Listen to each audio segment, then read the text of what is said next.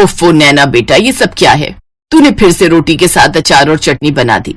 Fridge में सब्जियां रखी हैं, वो क्यों नहीं बनाई? माँ, आप जो बनाए खा लो ना। आपको पता है सब्जी बनाने में कितना टाइम लगता है। पहले उसको धो, छीलो, काटो और फिर बनाओ। इतनी देर कौन गैस के पास खड़ा रहेगा? ना बाबा ना, मेरे बस की तो नहीं है। अरे कल को ससुराल जाएगी तो वहां भी क्या ऐसे ही आलस दिखाएगी? उन लोगों को भी बिना सब्जी की ही रोटी खिलाएगी। आप हर बार ससुराल वालों को बीच में क्यों ले आती हो? और इसीलिए तो आपसे कहती हूँ मेरे लिए कोई बड़ा ससुराल ढूंढना, जहाँ नौकर चाकर हो, ताकि मुझे ना ये सब ना करना पड़े। ऐसे ही कुछ समय बीत जाता है और नैना के लिए एक बड़े घर का रिश्ता आता है और कुछ समय बाद नैना ब्याह कर अपने ससुराल चली जाती है। शादी के अगले दिन उसकी पहली रसोई की रस्म होती है। वो रसोई में जाती है तो वहां का गैस चूल्हा देखकर हैरान रह जाती है। हे राम, इतना बड़ा गैस चूल्हा!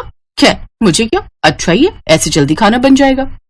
फिर वो तरह तरह के पकवान बनाती है। पूरी, कचौरी, आलू की सब्जी, हलवा, रायता सब बनकर तैयार हो गया। अब देखना कैसे ये लोग मेरे हाथ का खाना खाएंगे तो खुश हो जाएंगे। वो मन ही मन ये सब सोच रही होती है कि तभी नैना की ननद डिम्पल और जेठानी अनीता वहां आती है। अरे वाह, खुशबू तो बड़ी अच्छी आ रही है। लेकिन ये क्या, ये तो आधा ही खाना बना है। नहीं दीदी, मैंने तो आलू पूरी, हलवा, रायता सब बनाया है। तुम नई नई हो ना, इसीलिए शायद तुम्हें अभी यहाँ के रूल्स पता नहीं। यहाँ खाने में एक नहीं बल्कि 10-10 सब्जियां बनती हैं एक वक्त पर। क्या? इसका मतलब इसीलिए वो इतना बड़ा गैस चूल्हा रखा हुआ है? हाँ और क्या। तुम तो ऐसे हैरान हो रही हो जैसे मैंने तुम्हें 10 नहीं बल्कि 100 सब्जियां बनाने के लिए बोल दिया हो। वो क्या है ना, यहाँ हर किसी को अलग अलग सब्जी पसंद है। अब 1-2 सब्जियां ही बनेंगी तो कुछ लोग तो भूखे ही रह जाएंगे, इसलिए 10 तरह की सब्जियां बनती हैं। अगर किसी को ये ना खाना हो तो वो खा ले, वो न खाना हो तो कुछ और खा ले। हाँ छोटी भाभी, और आज आप इस घर की परंपरा को आगे बढ़ाओ और फिर हम सबको खाने की टेबल पर बुला लेते हैं। बेचारी नैना की तो ये बात सुनते ही होश उड़ जाते हैं। चल बेटा नैना, हो जा शुरू। अब बन जा तू झांसी की रानी और बना डाल 10 सब्जियां। इतनी सब्जियां तो मेरी शादी में भी नहीं बनी थी जितनी ये लोग मुझसे एक वक्त में ही बनवा लेंगे। कुछ समय बाद वो सबके लिए खाना परोसती है तो उसके हाथों का खाना खाकर सब उसकी खूब तारीफ करते हैं। वाह, क्या कमाल का स्वाद है इन सब्जियों में। सचमुच छोटी बहू, तुम्हारे हाथों में तो जादू है। अब से तुम ही रसोई में 10 तरह की सब्जियां बनाओगी। अब तेरा क्या होगा नैना, बड़ी ऐश मार ली तूने माँ के घर में। अब अच्छे से शामत आई है तेरी। ऐसे कुछ दिन बाद बरसात का मौसम शुरू हो जाता है। बाहर का सुहाना मौसम देखकर नैना सोचती है, अरे वाह, आज तो गर्मा गर्म पकौड़े खाने वाला मौसम हो रहा है। ऐसा करती हूँ, सबको गर्मा गर्म पकौड़े बनाकर खिला देती हूँ। तेल में तले होने के कारण वो भारी होते, जिससे सबका पेट भर जाएगा। और साथ में थोड़ी कचौड़ी भी तल देती हूँ। आज शाम का डिनर यही हो जाएगा और मुझे इतनी सारी सब्जियां बनाने से छुट्टी मिल जाएगी। नैना जल्दी से रसोई में जाती है और पकौड़े बनाकर ले आती है। अरे भाभी, ये क्या बना दिया आपने? हमें नहीं खाना ये सब। हमें तो आलू की सब्जी, पनीर भुर्जी, फ्राई भिंडी ये खाना है। और मेरे लिए कद्दू की सब्जी, खट्टी मीठी वाली, और बैंगन का भरता। और मेरे लिए तुम बीन्स की सब्जी, फ्राई गोभी बना देना। और साथ में अरबी की सब्जी, कमल ककड़ी की सब्जी, और हाँ, करेले भी बना लेना। हे भगवान, इन लोगों में अक्ल नाम की चीज है कि नहीं। बारिश के मौसम में जहाँ सब इस तरह का चटपटा खाना खाने को तरसते हैं, तो वही इन लोगों को अभी भी 10 तरह की सब्जी खानी है। हे भगवान, ये कहाँ आकर फंस गई मैं। बेचारी नैना रसोई में जाकर 10 तरह की सब्जियां बनाने में जुट जाती है। ये लो, ससुराल में मेरी पहली बारिश है, मुझे इसके मजे लेने चाहिए। तो मुझे छोड़कर सारे घर वाले बारिश के मजे ले रहे हैं और मैं यहाँ चूल्हे के पास खड़े होकर जल रही हूँ। गलती भी मेरी है जो पहले ही दिन इन्हें अच्छा खाना बनाकर खिला दिया। पहले पता होता तो लाल मिर्च का सारा डब्बा उड़ेल कर बना देती इनके लिए, फिर कभी नहीं बोलते मुझे सब्जी बनाने के लिए। गुस्से में नैना खाना बना रही थी कि तभी सब्जी का गर्म गर्म छींटा उसकी आंख में लगता है।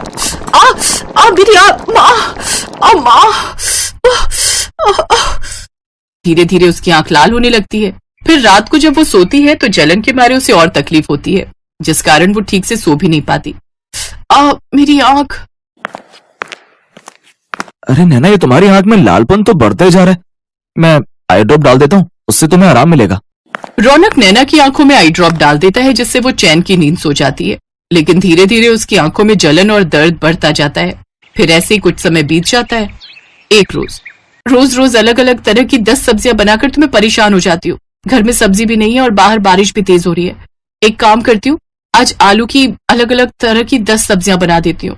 वो आलू की अलग अलग तरह की सब्जियां जैसे दम आलू, आलू के गुटके, आलू की रसेदार सब्जी जैसी चीजें बनाकर तैयार कर लेती है, जिसे देख उसके ससुराल वाले नाक सिकोड़ते हुए कहते हैं, ये क्या बना डाला आलू की सब्जी, वो भी 10 तरीके से। मुझे ये नहीं खाना। मेरे लिए कुछ और बना कर ले आओ। लेकिन माँ जी आज घर में सब्जी खत्म हो गई थी, बाहर कल रात से लगातार बारिश हो रही है इसलिए लेने भी नहीं जा सके। अच्छा ठीक है, लेकिन कल से जो भी हो हमें 10 तरह की सब्जियां ही खाने में चाहिए, वो भी अलग अलग तरह की, समझी? अपनी सास की बात सुनकर नैना को गुस्सा तो बहुत आता है, लेकिन फिर वो चुप रह जाती है। ऐसे ही 2 दिन और बीत जाते हैं। एक रोज, उफ, सुबह से आंख में दर्द हो रहा है, लेकिन इससे मेरे ससुराल वालों को क्या? उन्हें तो बस 10 सब्जियां खाने से मतलब है। हॉस्पिटल भी नहीं जा सकती, नहीं तो इनके लिए 10-10 सब्जियां कौन बनाएगा? मुझे तो लगता है मैं एक दिन 10 सब्जियां बनाते बनाते भगवान के पास पहुंच जाऊंगी। जैसे तैसे वो सब्जियां बनाती है, लेकिन एक आंख से ठीक से ना दिखने के कारण उससे या तो कोई सब्जी जल जाती या किसी में नमक मिर्च तेज हो जाता। लेकिन उसके ससुराल वाले उसका दुख समझने की बजाय सब्जी बनाने के लिए उसी को 10 तरह की बातें सुना देते हैं। लेकिन उसके पति से उसका ये दुख देखा नहीं जाता और वो उसे हॉस्पिटल लेकर जाता है, जहां डॉक्टर उसका चेकअप करके कहते हैं, देखिए इनकी आंख में किसी गर्म चीज का छींटा चला गया, जिस वजह से इनका आधा कॉर्निया डैमेज हो गया। हमें जल्दी इनका ऑपरेशन करना होगा, नहीं तो इनको पूरी तरह दिखना बंद हो जाएगा इस आंख से। अगले दिन ऑपरेशन की अपॉइंटमेंट मिलने के बाद वो उसे लेकर घर आ जाता है, जहां उसकी जेठानी उससे कहती है, आज तो तुमने जैसे भी बेकार सब्जियां बना दी, लेकिन कल 10 तरह की अच्छी सब्जियां बना लेना, क्योंकि कल घर में मेरे मायके वाले आ रहे हैं। अब बस भी करो आप सब। मेरे घर में जितना मर्जी सब्जियां बनाओ, लेकिन अकेले एक इंसान से नहीं बल्कि पूरे परिवार मिलकर। आपको पता है सब्जी का छींटा जाने से इसकी आधी आंख खराब हो गई है। फिर अगले दिन वो उसे ऑपरेशन के लिए ले जाते हैं, जहां उसका सफल इलाज होता है और उसे पूरी तरह दिखना शुरू हो जाता है। 3 दिन बाद वो घर आती है तो उसकी सास उससे, हमें माफ कर दे छोटी बहू, तेरे आने से पहले हमने नौकर रखा हुआ था, लेकिन 10 सब्जियों से परेशान होकर वो भी भाग ही गया। फिर हम सब मिलकर ही सब्जियां बनाने लगे, लेकिन तेरे आने के बाद हमने सब तेरे ऊपर ही छोड़ दिया, जिस कारण तेरी ये हालत। लेकिन अब से तू अकेले काम नहीं करेगी, बल्कि हम सब भी तेरी मदद करेंगे। और हाँ, अब से इस घर में 10 नहीं बल्कि 2 ही तरह की सब्जियां बनेंगी और वो सबको खानी पड़ेंगी। अपनी सास के मुंह से ये बात सुनकर नैना बहुत खुश हुई और अब वो खुशी खुशी अपने ससुराल वालों के साथ रहने लगी।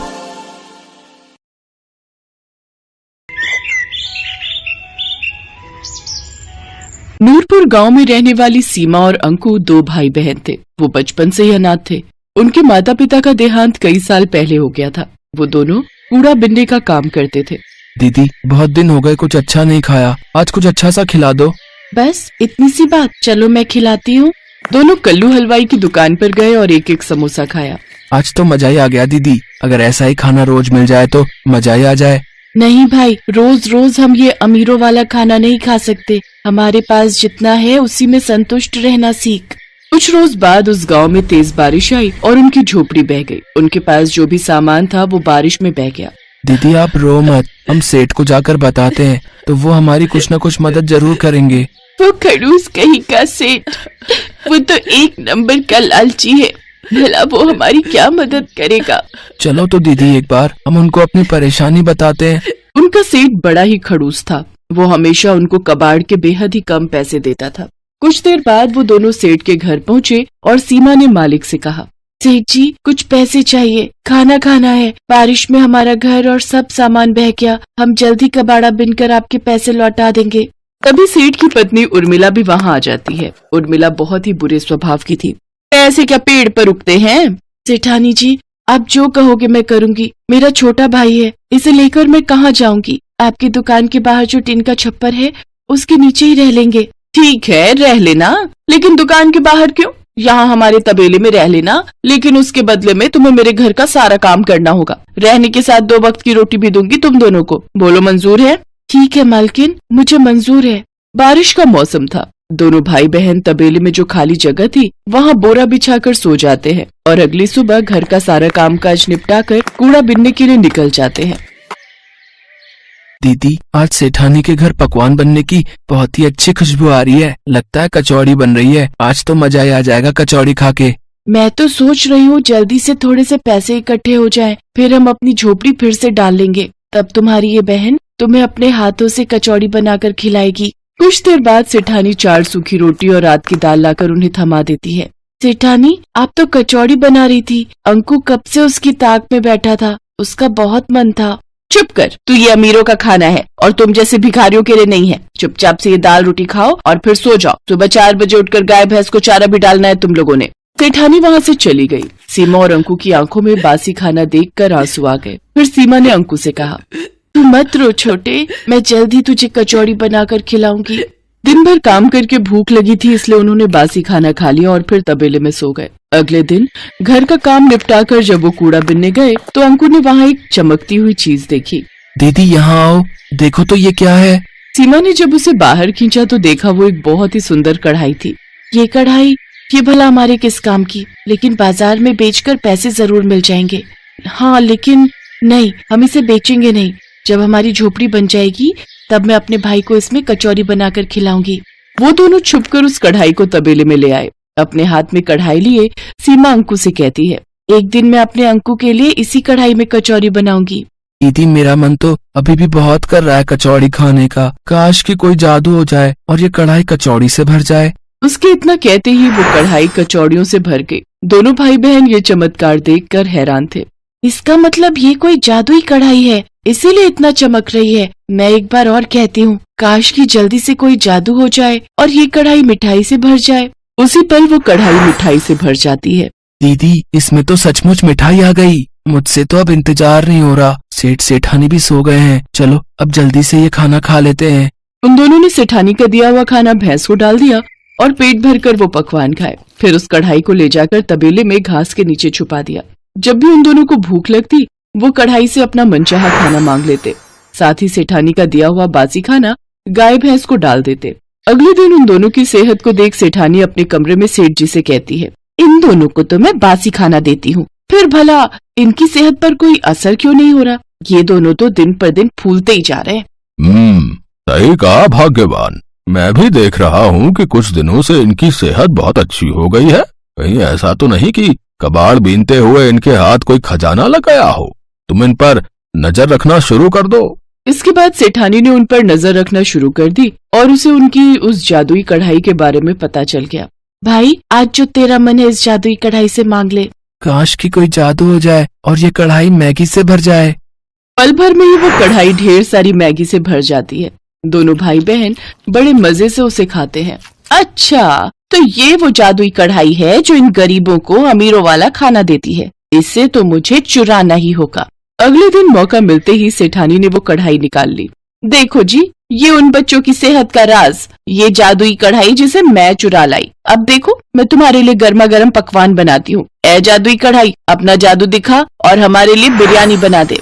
अरे वाह, ये तो कमाल हो गया। अब तो तुम्हें कभी खाना बनाना ही नहीं पड़ेगा। तुम्हारी मेहनत भी बचेगी और राशन पानी का खर्चा भी। बिरयानी खाकर तो सचमुच मजा ही आ गया। अब बस गर्मा गर्म दूध मिल जाए तो फिर तो मजा ही आ जाए। लो अभी लो, ए जादुई कढ़ाई, जल्दी से गर्मा गर्म दूध दे दे। गर्म दूध देख सेठानी ने कहा, ए जादुई कढ़ाई, हमारे यहाँ हमेशा ही गरम गरम दूध की नदियाँ बहती रहे। तभी पूरे घर में गर्मा गर्म दूध की नदियाँ बहने लगी और सेठ सेठानी के पैर उसमें जलने लगे। अरे बस कर जादुई कढ़ाई, जल्दी से दूध देना बंद कर दे।